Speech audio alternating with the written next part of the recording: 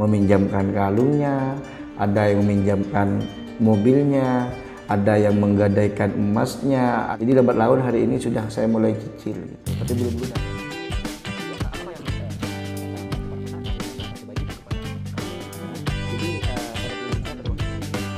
Sahabat podcast mahasiswa, jadi malam ini saya sedang ada di rumahnya Bang Slamet Aryadi. Beliau merupakan anggota DPR RI, bukan lagi DPRD atau DPRD provinsi, tapi DPR RI ya. Jadi kantornya sudah di Senayan di Jakarta, jauh sekali dari Madura, dan berhubung di sini nggak punya kantor, lesehan dulu. Iya. Dan sekarang podcast mahasiswa ada di rumahnya Bang Slamet Aryadi. Ini masuk desa apa, Bang? Ini Desa Masran, Kecamatan Banyuwantes Sampang. Banyuwantes Sampang ya. Iya. Dan rumahnya ternyata lebih dekat ke utara ya, ke Pantura. Iya, di sisi Panturanya. Oke. Wilayah Sampang. Oke, Bang. Jadi kemarin saya ngobrol-ngobrol sama teman-teman itu, memang sempat menyinggung soal Bang Slamet ini, katanya dulu nggak niat jadi DPR RI maksudnya, kemudian tapi terpilih kemudian jadi DPR RI. Itu gimana ceritanya, Bang ya? Panggilan ilahi itu dan bagian dari takdir. Jadi pada prinsipnya saya mencalonkan diri untuk menjadi anggota DPR RI itu bukan tidak niat, tetapi saya punya niat untuk berangkat, tapi dari awal tidak punya inisiatif untuk menjadi DPR provinsi, apalagi DPR RI. Tetapi membaca peluang dan membaca kesempatan emas ini untuk saya untuk berkiprah dalam dunia politik, sehingga saya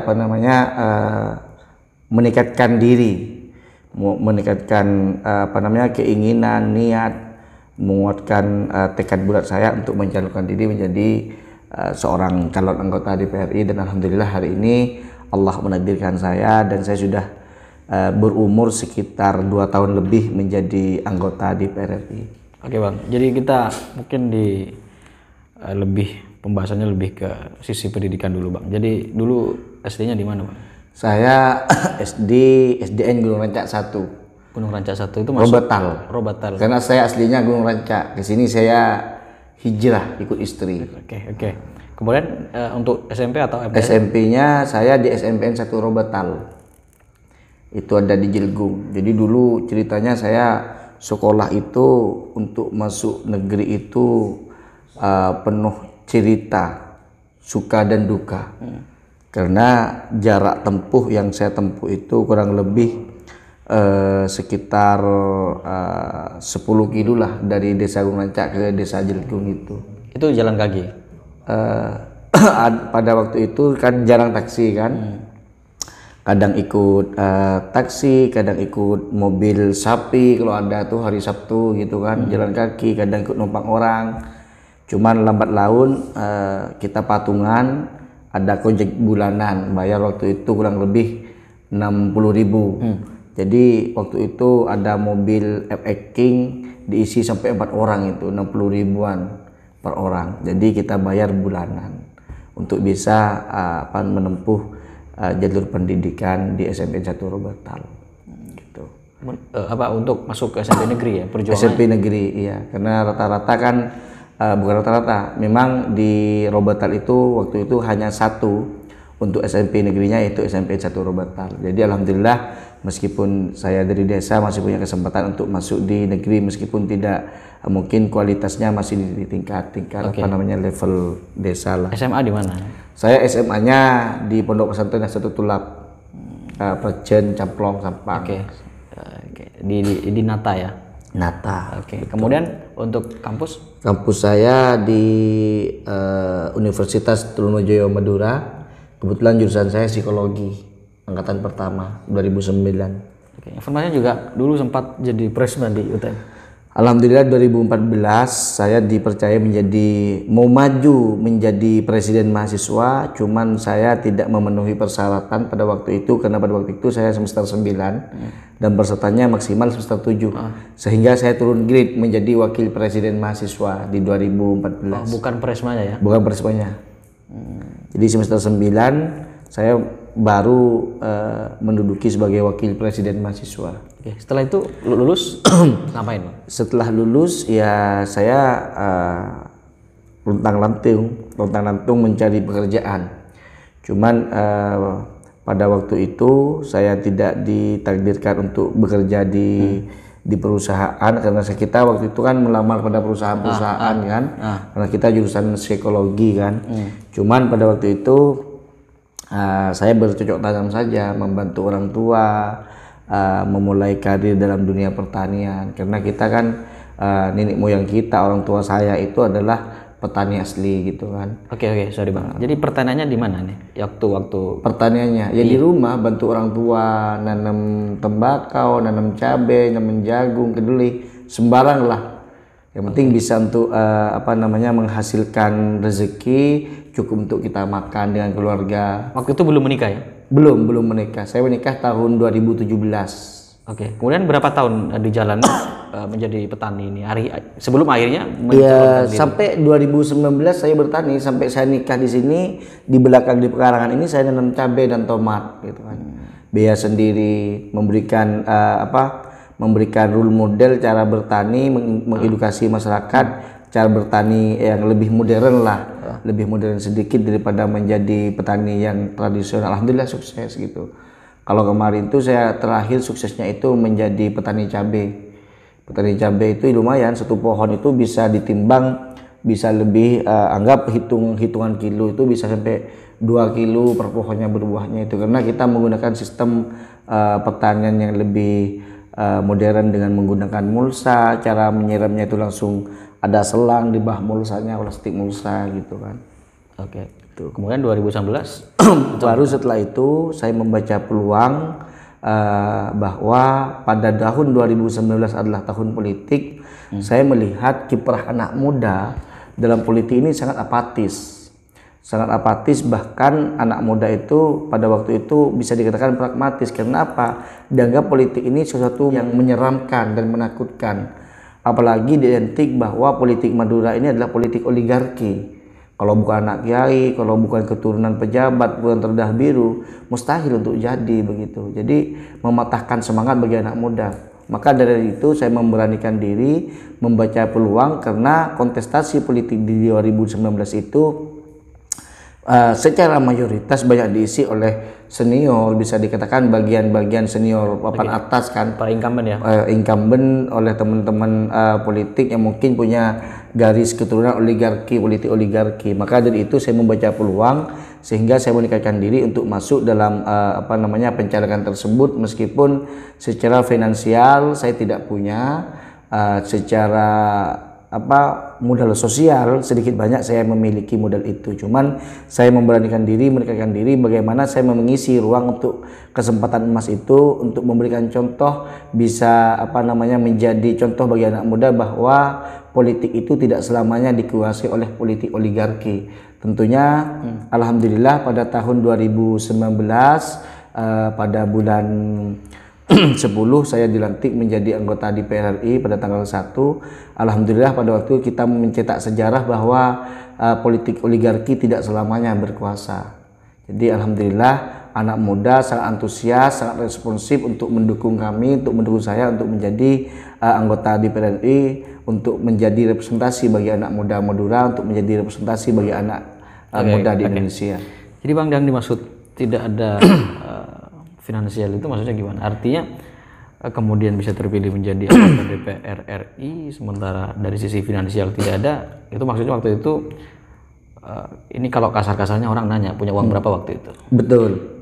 Sempat juga waktu itu saya diwawancari oleh televisi swasta Jawa Timur, ditanyakan juga terkait finansial, karena pada waktu itu politik di 2019 ini bukan hanya berbicara tentang figur, bukan hanya berbicara tentang basis elektoral, bukan hanya berbicara tentang garis keturunan, tapi di sisi lain mereka juga harus mempunyai modal finansial selain modal sosial. Yang saya maksud tidak memiliki modal itu yaitu memang saya nol rupiah. Saya tidak memiliki uang waktu itu untuk mencalonkan diri. Kalau 10.000 saya punya sih untuk makan sehari-hari punya, tapi untuk modal dalam hal untuk membiayai politik praktis saya tidak punya dalam artinya untuk turba ke bawah, melakukan sosialisasi, melakukan kampanye, karena kos politik ini kan mahal Pak Bang, kan mahal. Jadi mahalnya bukan di money politiknya, tapi kos politiknya yang mahal. Bagaimana kita bisa mengumpul masyarakat, kan begitu. Terus pakai apa dulu waktu itu? Ya alhamdulillah, sosialisasi saya door to door, dan juga saya tidak pernah mengumpulkan masyarakat di rumah, baik di rumah mertua ini ataupun di rumah saya tidak pernah mengumpulkan massa. Karena saya tidak punya uang. Saya hanya bermodal sosial, bermodal kedekatan emosional. Saya menawarkan bahwa anak muda hari ini harus menjadi representasi, harus mampu memberikan ruang dalam politik, bahwa anak muda Madura ini harus punya kesempatan untuk tampil di publik, apalagi di Senayan, untuk menjadi perwakilan anak muda. Sehingga saya memiliki gagasan-gagasan politik yang saya tawarkan. Saya memiliki pemikiran politik bagaimana ke depan anak muda ini mampu berkontribusi secara aktif dan positif kepada masyarakat melalui jalur politik. Dan alhamdulillah dengan adanya sosialisasi, dengan adanya saya melakukan door to door dengan kedekatan emosional, dengan kedekatan sosial, alhamdulillah masyarakat ada yang antusias untuk memberikan bantuan kepada saya, untuk bisa mensupport secara finansial, secara materi. Ya, kalau melihat pada waktu itu ketika saya ceritakan sejarah kelam dalam perjalanan politik ini, mereka banyak yang sangat-sangat respon terhadap perjalanan politik kami, sehingga mereka juga ada yang mengorbankan, meminjamkan kalungnya, ada yang meminjamkan mobilnya, ada yang menggadaikan emasnya, ada yang ngasih pinjaman mobil gitu, sampai dari 1 juta paling kecilnya 2 juta banyak ngasih pinjaman ke saya. Jadi lambat laun hari ini sudah saya mulai cicil gitu, tapi belum lunas Mas. Oke. Jadi apa yang sampean tanamkan kepada masyarakat sehingga masyarakat sebaik itu kepada kamu lah Bang gitu ya? Nah, jadi pada prinsipnya pada waktu itu saya hanya memiliki kedekatan emosional Bang. Jadi memang yang saya tawarkan adalah pada waktu itu saya tidak berjanji, tetapi saya menyampaikan bahwa saya ingin betul-betul menjadi perwakilan anak muda Madura yang bisa sukses dalam pergulatan politik di tingkat nasional, sehingga kami anak Madura khususnya ini tidak dipandang stereotip ataupun tidak dipandang sebelah mata lagi, yang sebagaimana bahwa anak muda Madura itu dipandang terlalu apatis dan terlalu apolitik, tidak terlalu merespon baik secara politik begitu, sehingga mereka merespon dengan baik bahwa memang dalam masa kita dalam masa bonus demografi, dalam masa revolusi industri 4.0 ini memang hadirnya anak muda itu sangat dibutuhkan, sehingga itu menjadi modal utama kita, jiwa muda kita menjadi modal utama untuk bisa menggait masyarakat, untuk bisa membuktikan kepada masyarakat bagaimana anak muda ini betul-betul punya kesempatan lah untuk ikut andil dalam hal politik praktis di negara kita ini. Oke, periode pertama atau 1 tahun ini pertama? Saya merupakan periode pertama, dan dalam keluarga saya tidak ada yang terjun dalam dunia politik. Saya bersaudara, saya anak ke-8, saudara saya 8, dan saya anak ke-8, semuanya 9, 8 dengan saya, 9 dengan saya. Jadi alhamdulillah ini merupakan periode pertama, dan alhamdulillah apa yang saya janjikan bahwa anak muda memiliki ruang dan kesempatan untuk berpolitik praktis ini betul-betul terwujud. Dan makanya hari ini saya betul-betul memanfaatkan untuk terjun dalam dunia politik ini, betul-betul bermanfaat, bisa memberikan dampak positif bagi perkembangan bangsa dan negara ini, khususnya bisa menjadi role model bagi anak muda khususnya di wilayah Madura ini. Oke Bang, jadi kalau misalkan hari ini ya mungkin kacamata buram terhadap anggota DPRD itu masih ada Bang. Jadi banyak anak muda yang sampai hari ini tetap apatis karena menilai bahwa panggung parlemen itu adalah panggung yang penuh dengan transaksional dan seterusnya begitu kan. Tentu sampai hari ini pandangan itu mungkin ada Bang. Jadi ketika kamu masuk ke situ gitu, apa yang mungkin orang di luar sana yang tetap menganggap bahwa panggung politik adalah panggung kotor, apa yang menurut kamu Bang, orang tidak tahu tentang itu gitu. Makanya itu yang perlu kita memberikan edukasi kepada teman-teman kita, kepada kaula muda, bahwa politik itu tidak seperti yang kita pandang sebelah mata atau dipandang suram ataupun dipandang kejam, tidak. Kalau kita hidup hari ini di negara demokrasi di Indonesia ini, tentunya semua kebijakan itu tergantung pada kebijakan politik. Maka kalau bukan anak muda yang memegang kebijakan ini, kalau bukan anak muda yang ikut berperan aktif, mengambil peranan penting dalam kebijakan ini, siapa lagi? Kenapa? Anak muda ini kan energik. Mereka memiliki suatu wawasan, memiliki suatu gagasan. Tentunya saya mengajak kepada seluruh anak muda di Indonesia ini untuk berpikir optimis, berpikir positif bahwa politik ini tidak seperti apa yang kita bayangkan secara stereotip ataupun berpandangan negatif. Tentunya politik ini adalah suatu bagaimana mampu memegang suatu kebijakan dalam hal politik ini. Tentunya kita berharap ke depan anak muda di Indonesia ini, khususnya di wilayah Madura ini, sudah tidak lagi apatis dan sudah tidak lagi bersikap transaksionalis ataupun bersikap pragmatis terhadap politik. Tentunya peran anak muda sangat dibutuhkan. Peran anak muda hari ini sangat dipentingkan untuk membantu bagaimana peranan politik di Indonesia ini mampu untuk memutus mata rantai pandangan-pandangan politik yang dianggap tidak terlalu yang dianggap stereotip, yang dianggap hanya sebelah mata. Maka dari itu kita mengajak, mari kita sama-sama bagi anak muda di Indonesia ini bersatu padu bagaimana membangun Indonesia ini dari anak muda. Karena kita sadari hari ini Bang, kita sudah masuk pada masa bonus demografi, sudah masa pada periode revolusi industri 4.0, apalagi kita akan menyambut yang namanya generasi Z kan. Tentunya generasi milenial, mungkin kita katakan kita masuk dalam generasi milenial, kita harus memberikan contoh kepada generasi Z yang dikatakan sebagai nanti akan hidup kepada masa 5.0 kan. Tentunya di tahun 2024 ke depan kita perlu menyambut baik bagaimana pesta demokrasi ini, anak muda, generasi milenial dan generasi Z ini mampu berbaur, bersatu, juga bagaimana ikut andil memiliki peranan penting dalam kebijakan politik ini. Oke, Bang. Jadi sebelum jadi DPR RI dan menjadi DPR RI, kesibukannya apa yang berbeda, Bang? Jadi alhamdulillah sangat beda jauh kesibukan kita hari ini sebelum jadi DPR RI dengan setelah menjadi pasca menjadi DPR RI, tentunya banyak manfaat, Bang. Tentunya saya tidak tahu seperti apa panggung politik.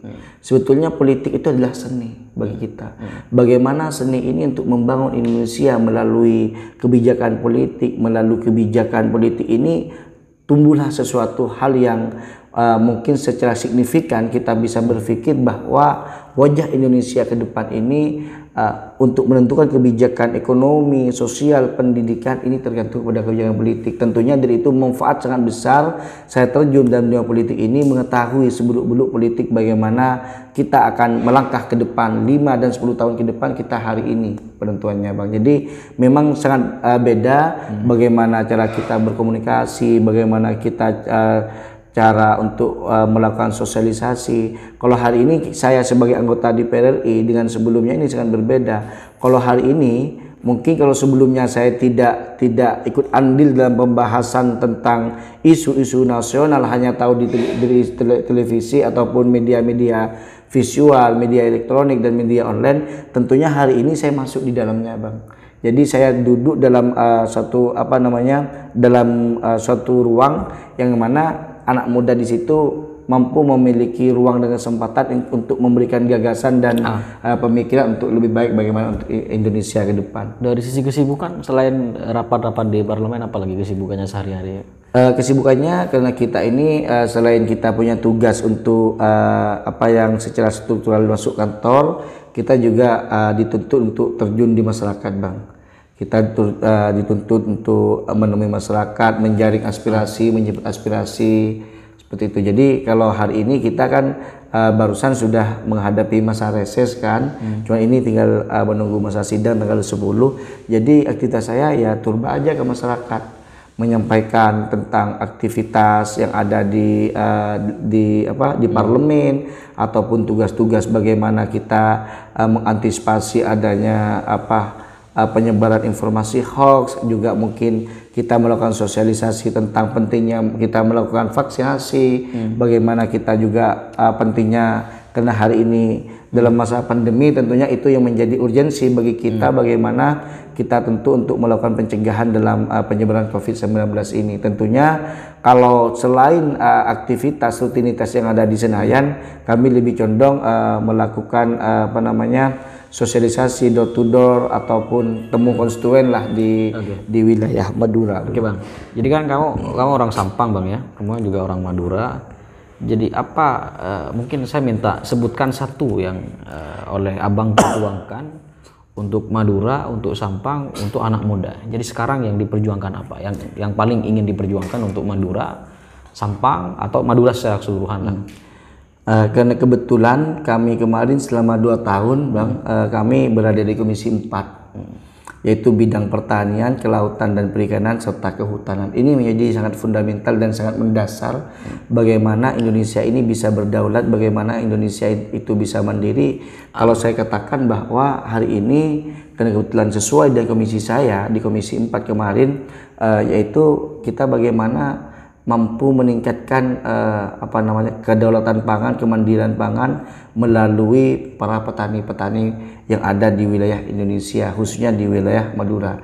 Seringkali menjadi konsen utama bagi kita hari ini, selain kita untuk meningkatkan kualitas ataupun infrastruktur pertanian, hal yang sangat mendasar yang menjadi konsen saya yaitu bagaimana kita mampu meningkatkan sumber daya manusianya, yaitu bagaimana meningkatkan SDM-nya di bidang pertanian. Kenapa? Kita mungkin hari ini dalam proses pengelolaan semuanya di Indonesia ini, kalau saya katakan masih tergantung kepada pertanian, karena kita makan dari hasil pertanian, kita bahkan hidup pun tergantung pada pertanian.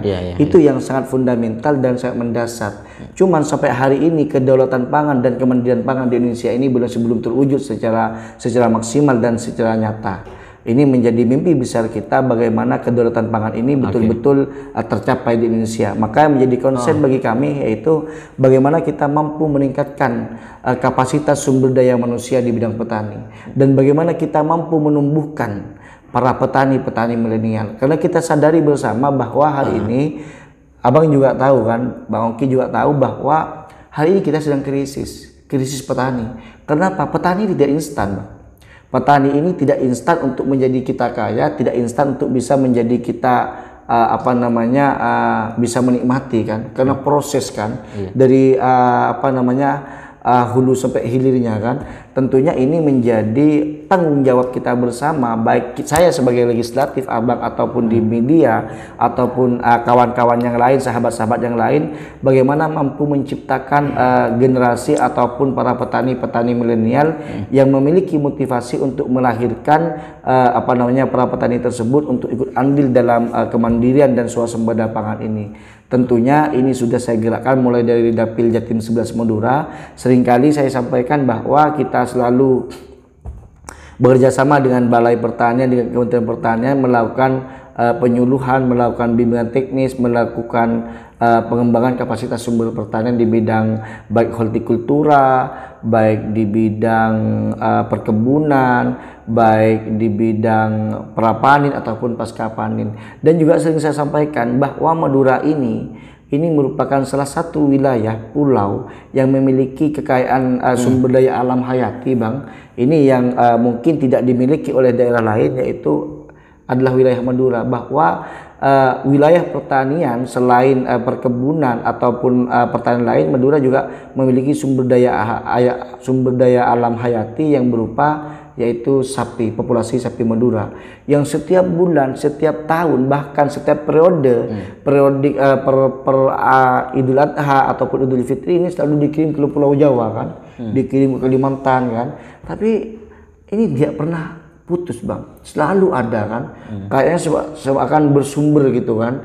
Makanya kita selalu mengajak bahwa Madura ini berdasarkan data BPS sudah mampu menyumbang kebutuhan daging nasional, khususnya sudah mencapai 27% kan, untuk menyumbang kebutuhan daging nasional. Tentunya kita berharap bagaimana kekayaan sumber daya alam hayati ini perlu kita jaga, lestarikan, dan perlu kita kembangkan, bahwa populasi sapi Madura ini perlu kita rawat, perlu kita kembangkan.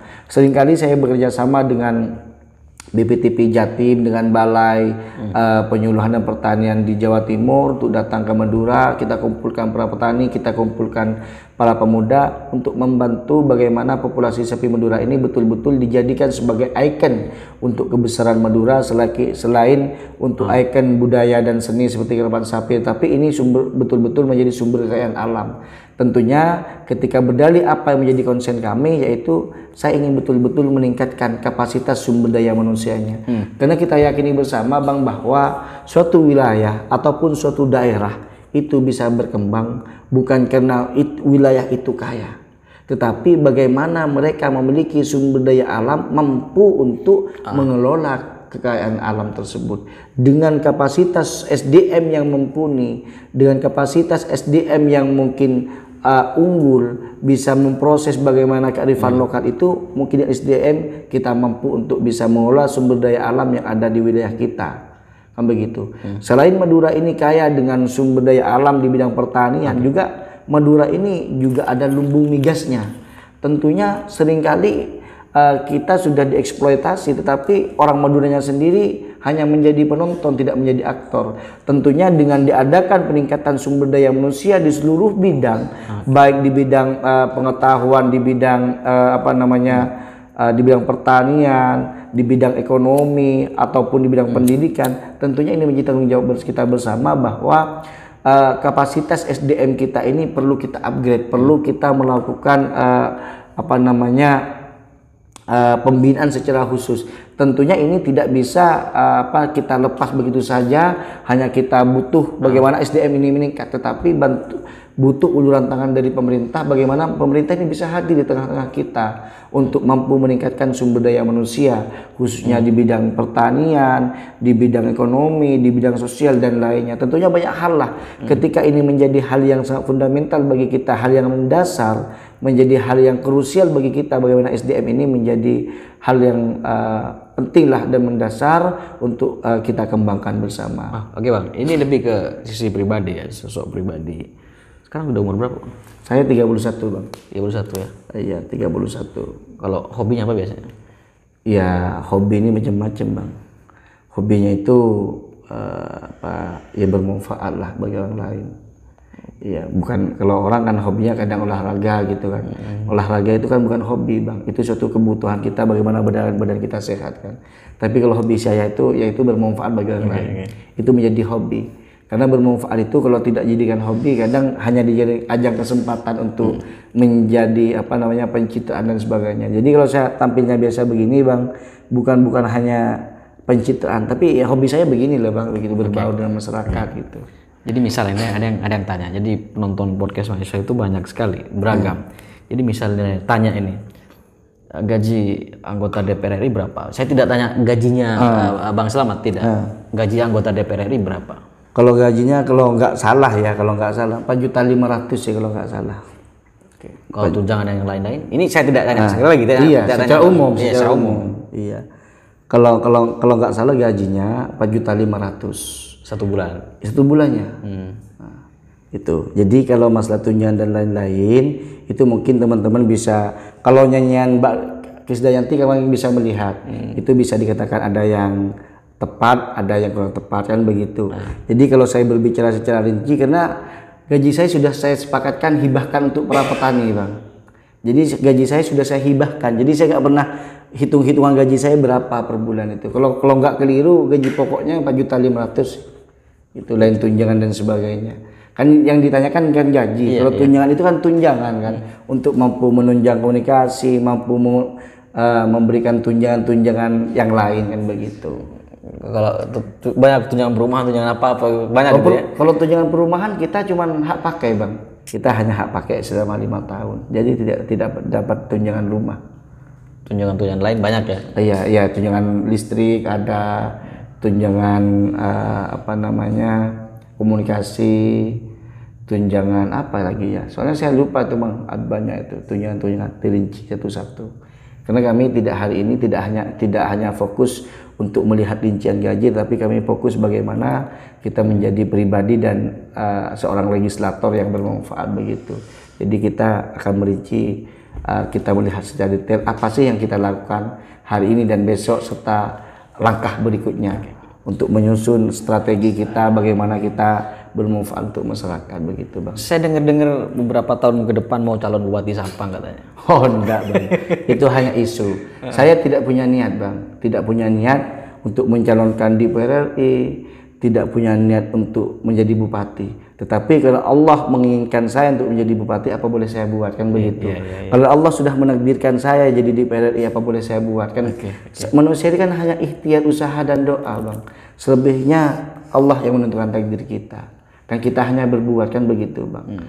Pulang ke Madura beberapa hari, beberapa minggu. Kalau saya pulang ke Madura tidak tentu Bang. Kalau masa reses pasti saya pulang. Tetapi kalau ada kepentingan, baik itu kepentingan berkaitan dengan kedinasan ataupun kepentingan secara pribadi ataupun konstituen, karena kita ini juga banyak undangan kadang Bang untuk ngisi undangan di masyarakat, ada hajatan apa, kalau kita memang lagi free kadang kita pulang begitu. Saya sempatkan pulang dan memang kita itu, saya secara pribadi kita bagi ruang dan waktu ini selain untuk keluarga memang kita hibahkan hidup saya untuk negara dan untuk masyarakat Bang. Oke, sorry ini lebih ke pribadi, keluarga diboyong ke Jakarta. Keluarga diboyong Bang ke Jakarta. Tapi karena masa pandemi ini kita aktivitas kita kan lalu lalang kadang sering pulang Madura dan Jakarta begitu. Oke. Dan sekarang kebetulan di Madura ya? Iya, kebetulan di Madura. Dan saya lihat tamunya lebih banyak daripada kiai-kiai sekarang. Ya biasa kan kita menjalin silaturahmi Bang. Menjalin silaturahmi, komunikasi. Karena pada prinsipnya saya bukan hanya menjaring politik Bang. Politik itu bagian dari sisi kepentingan kita, tapi pada hakikatnya hari ini saya lebih menjalin kepada silaturahmi bagaimana mereka, teman-teman, masyarakat dan konstituen itu betul-betul menganggap mereka punya perwakilan anggota di PRRI begitu. Kadang teman-teman banyak mengeluh sulit untuk menemui anggota dewan dan sebagainya. Kita tidak mempersulit Bang. Kita tidak mempersulit karena saya belum bisa memberikan sesuatu hal yang mereka harapkan, tetapi saya ingin memberikan waktu saya untuk mereka begitu Bang. Agar mereka merasa aspirasinya tersampaikan, keluh kesahnya tersampaikan, karena mereka kadang silaturahmi ini bukan hanya sebatas mereka menyampaikan aspirasi, tapi mungkin mereka juga menghilangkan rasa kangen karena kita sering sering bersama bersilaturahmi sebelum-sebelumnya, jadi ingin mengulang kerinduan masa lalu begitu Bang. Oke, ini kan saya belum jadi anggota DPR, jadi saya tidak tahu posisi itu. Jadi ketika ada ini tamu Bang ya, jadi ketika ada tamu datang ke sini menemui ngantri, saya tadi lihat ngantri banyak ya. Jadi mereka itu ngobrolnya apa? Jadi apa sekedar menyampaikan mungkin curhat atau cari jodoh atau apa gitu. Ya curhat semua, cari jodoh Bang. Siapa tahu jodohnya mereka berharap kebutuhan di desa tersebut, hal pertanian infrastrukturnya bisa dipenuhi, hal teknis mungkin tentang alat pertanian bisa dipenuhi. Ya banyak hal lah Bang. Banyak mungkin dari tadi teman-teman karena kebetulan mereka langsung ke saya Bang. Saya tidak pakai ajudan dan protokol Bang. Mereka langsung saya janjikan begitu. Beneran nggak ada? Beneran. Nggak pakai admin-adminan? Tidak ada admin-adminan kalau saya Bang, langsung. Karena saya hadir untuk masyarakat dan untuk masyarakat. Terus gimana cara balasnya? Itu kan pasti ratusan. Oh iya, saya balas. Makanya sering ada ya memang low respon lah karena seperti ini kita kan kadang bertamu dan sebagainya. Tapi saya punya waktu untuk membalasnya mereka kan. Jadi ketahuan kan. Karena waktu kita memang hibahkan untuk masyarakat, tentunya ketika masyarakat datang kita perlu layani. Kalau sifatnya pribadi atau privasi atau kepentingan kita panggil secara satu-satu Bang tadi gitu. Ya banyak hal mereka lebih pada mayoritas menyampaikan aspirasi. Bagaimana kondisi terkini di wilayahnya, baik di bidang infrastruktur, baik di bidang ekonomi, baik dampak dari pandemi COVID ataupun dari hal pertanian, dari lingkungan juga. Tadi ada mahasiswa minta petunjuk bagaimana tentang mereka untuk menjadi mahasiswa yang baik kan begitu. Prinsipnya saya bukan untuk menggurui Bang, kita sharing begitu, kita sharing. Jadi mereka banyak menyampaikan aspirasi-aspirasi yang perlu disampaikan kepada pemerintah pusat karena kita diketahui sebagai perwakilan dari anggota DPRI Dapil Madura, jadi mereka datang kepada kami. Bang, secara manusiawi gitu, manusia itu pasti lelah ya? Pasti lelah. Jadi kalau saya mendengarkan tadi gagasannya, kemudian kesibukannya, saya mendengar saja lelah begitu. Lelah ya. Jadi kalau sampean itu maksudnya resepnya agar tidak ngantuk, ketemu tamu, ketemu enjoy Bang. Karena ini adalah bagian dari ibadah bagi saya kan. Jadi silaturahmi ini bagian dari ibadah. Jadi saya niatkan ini untuk ibadah semuanya. Silaturahmi adalah bagian ibadah, menjalin komunikasi ini bagian dari ibadah kan begitu. Jadi saya enjoy karena bagaimanapun, karena ini konsekuensi dan risiko yang perlu saya jalani. Ketika saya tidak siap melayani, maka saya lebih baik saya mundur menjadi DPR RI. Maka konsekuensinya siapapun yang ingin menjadi pejabat, siapapun yang ingin menjadi seorang anggota DPR RI, DPRD ataupun daerah, tentunya mereka harus siap dengan segala konsekuensinya, siap dicaci, siap dipuji, siap di semualah, siap capek, siap ya menerima tamu jam berapapun begitu. Jangan sampai orang datang ke rumah mereka merasa kekecewaan, sudah harapannya nggak tersampaikan, nggak ketemu dengan saya, kan mereka kecewa kan begitu Bang. Tentunya ini menjadi pelajaran bagi saya. Memang aktivitas ini jarang sangat-sangat awam bagi saya, karena aktivitas sebelum saya jadi anggota dewan dengan setelah jadi anggota dewan untuk ketemu masyarakat ini sulit Bang. Kenapa? Kita kan kadang banyak aktivitas kesibukan di luar kan. Makanya memang malam pun kalau saya di rumah pasti didatangi oleh teman-teman. Lebih banyak juga teman-teman pemuda untuk mereka curhat, mereka minta arahan bagaimana posisi tentang mereka untuk menjauhi politik ke depan, bagaimana posisi anak muda yang sebetulnya untuk hari ini begitu kan. Karena anak muda ini perlu kita berikan benteng Bang. Karena kita hari ini hidup pada masa digitalisasi, takut sampai mereka terjerumus hal-hal yang negatif kan begitu. Jadi kalau saya baca-baca tadi, dengar-dengar meresapi, ternyata menjadi anggota DPRD itu bakat juga ya. Bukan bakat Bang. Jadi kalau misal kan ada orang ketika ketemu tamu udah ngantuk gitu ya. Kadang dia nggak dengan tetangganya saja, kadang tidak akur gitu. Jadi kalau dipikir-pikir menjadi anggota DPR bakat gitu ya. Jadi bakat dalam arti bakat mentalnya juga begitu. Memang semuanya harus disiapkan Bang. Pertama adalah mental. Ya mental tidak capek, ya mental kita harus welcome, mental kita yang terpenting kita welcome Bang kepada siapapun. Entah tamu itu bangsa kiai, entah tamu itu bangsa dari media, ataupun itu dari kalangan apapun. Tapi kita kan prinsipnya saya kan duduk sama rendah, berdiri sama tinggi. Saya memposisikan sama Bang dengan teman-teman. Jadi saya tidak pernah memposisikan saya di sini sebagai anggota DPR RI. Kalau saya terlalu hex kelas di sini ataupun terlalu memposisikan saya sebagai DPR RI, aspirasi mereka, harapan mereka tidak tersampaikan. Mungkin karena ada sekat, ada kotak. Jadi saya tidak ingin membuat sekat, tidak ingin membuat jarak, tidak ingin membuat kotak. Bagaimana mereka merasa nyaman dengan bertamu ke gubuk kami, bertamu ke rumah kami, dengan menyampaikan aspirasi, dengan bertemu kan begitu Bang. Kita harus menyambut baik mereka.